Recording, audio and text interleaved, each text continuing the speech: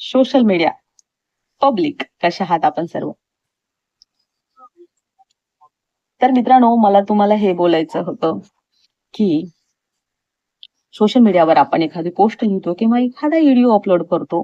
आपल्याला त्या विषयावर बोलायचा असते. तो विषय बहुतेक वेळा समजत नाही म्हणजे पब्लिकला, की आपण काय बोलण्याचा उद्देश करतो किंवा काय दाखवण्याचा उद्देश करतो. तर काल मी एक व्हिडिओ अपलोड केलेला होता, की रेल्वे प्रशासनाबद्दल.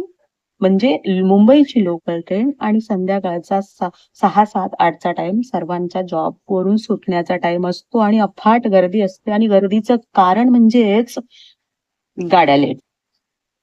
आणि मग मी परेलवरून 3 गाड्या सोडल्याच्या नंतर कल्याण गाडी पकडली आणि त्या गाडीत बसल्याच्या नंतर मी इतर महिलांना विचारलं, की हे गाड्या म्हणजे रोजच गर्दी असते. तर महिला बोलत होत्या, की "हां, हे रोजचाच आमचा म्हणजे संघर्ष आहे हा." प्रत्येकाला टायमावर घरी पोहोचायचं असते प्रत्येकाचं. म्हणजे काही महिलांचं लहान बाळ असतं घरी, है ना? कुटुंब वाट बघत असतं घरी जाऊन पण सर्व बघायचं असते सकाळी. म्हणजे सेंट्रल लाईन अशी आहे, की सकाळी महिला कामाला जातात आणि संध्याकाळी रिटर्न घरी येतात, है की नाही?